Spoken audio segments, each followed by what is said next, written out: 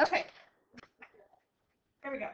So we are talking about estimating square root. So on the number line, go ahead and fill in all of these that you know, right? So square root of 1 is 1, square root of 4, 2, 3, 4, 5. Okay, go ahead and pull it up. We already did that. Okay, so now we're talking about non-perfect square roots. A square root that is not a perfect square is called a non-perfect square root. The values of non-perfect square roots fall between two consecutive perfect square roots. All non-perfect square roots are irrational numbers because they never end and they never repeat. That's right. Okay? Now, yes, you have your handy dandy calculator in front of you, and we're going to get to that in just a minute. Okay? But I'm going to show you how to estimate first.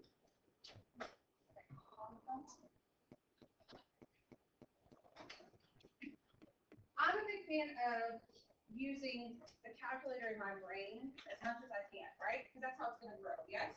And then I like to use the actual calculator as a way to what? Check it. Or if I'm like trying to do something in a hurry, that would save me some time, okay? But so before we actually use the calculator to give us an answer, I want you to see where they're getting this number from, okay? I know that when it comes to working with this, we are going to use the calculator, right? We have the tool, we're going to use it. But I'm going to show you how they're getting this number, okay? So the question says to estimate the square root of 23 to the nearest 10. Well, first of all, we know that the square root of 23 comes between which two perfect squares? 16. Yeah, 16 and 25. Okay, so that tells you the square roots, the perfect square roots are 4 and 5. So right here, I know my answer is going to be 4 point something. Okay, so that's the first part of it, just knowing which two it's going to be in between. Okay, so now what we're going to do is you're going to set up a fraction. Well, how far is it between my two perfect squares? From 16 to 25, how much is that? 11. From 16 to 25. 9. This is a space of 9. That is the total space. If I'm making a fraction, where do you think that's going to go? The numerator or the denominator? The denominator, that's right, because that is your total. Okay? Now, you want to figure out from the one we're looking at to the bottom perfect square, how far is that? 7. So it's 7/9 of the way there. You see what I'm saying? You see where I'm getting that number? So the square root of 23 is 7/9 of the way there. And so now we would divide this, right? I could do some long division, but let's not. In your calculator, type 7 divided by 9. Oh, and then don't forget the calculator speaks what? It speaks fraction, so you know it's going to say 7/9. So remember we talked about two ways to make it into a decimal. One way is to put a decimal in my division. Another way is to press the Control Enter, which will give you an about. And what do you get? 0.777. And notice how it ended with 8. That just means that they rounded it at the end.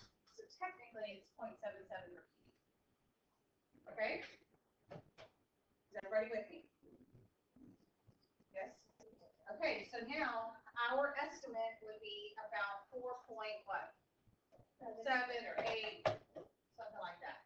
Or 7 repeating, if it makes your heart happy. Any of those are fine. Okay? Now, I want us to check it on the calculator. You guys remember how to do that on the calculator? You're going to press Control, right? And then you're going to press the X squared button. And then you're going to press 23. Enter. 4.795. So the calculator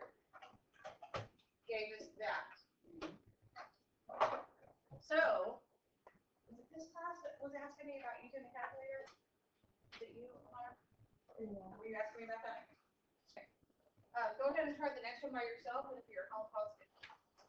Okay, so if you did it correctly, you should have said 41 comes in between the two perfect squares of what? 36 and 49, which tells me it's between 6 and 7, so it's 6 point something. Do you see how valuable that is? Like, if it's a multiple choice test, you can obviously knock out probably some other answers, you know, because it's got to be 6 point something. Okay, how far is it from 36 to 49?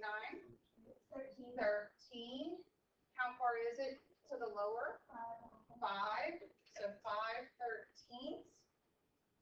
5 divided by 13, I get 0.38. You guys get that? Yeah. So our estimate would be 6.38. That's what I get. Now let's check it. Square root of 41. I get 6.40. Is that pretty close? Yeah, pretty close. Okay.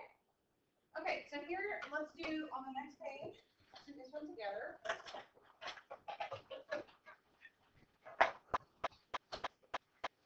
Because a lot of what you're going to see is simply putting it on the right place on the number line.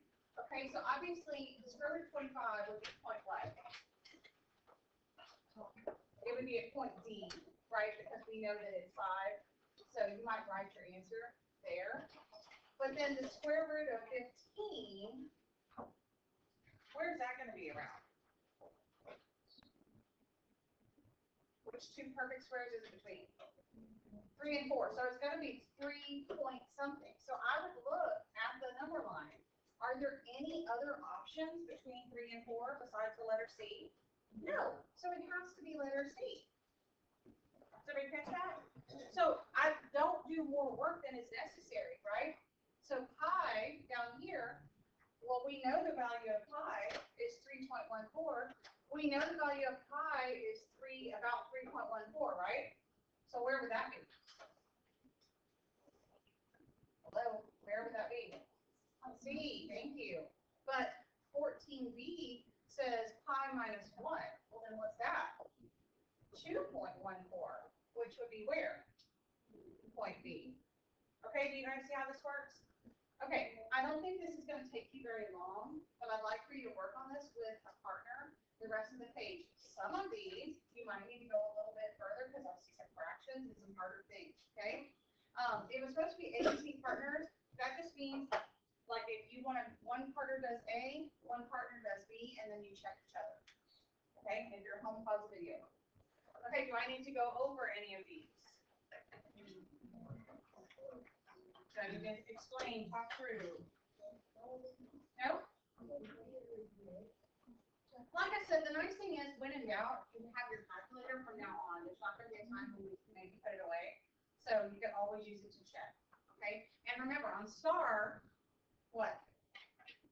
You get to use the calculator. I have to be honest, pretty easy day. The back sheet is your homework, which I honestly, you have so much time left. That was on purpose because your Canvas quiz is due tonight. I'm about to go get on and see who still hasn't done it. So that would be your job, to get that done first, then work on your homework, okay? If you find yourself with some free time, I think that's all I put on here.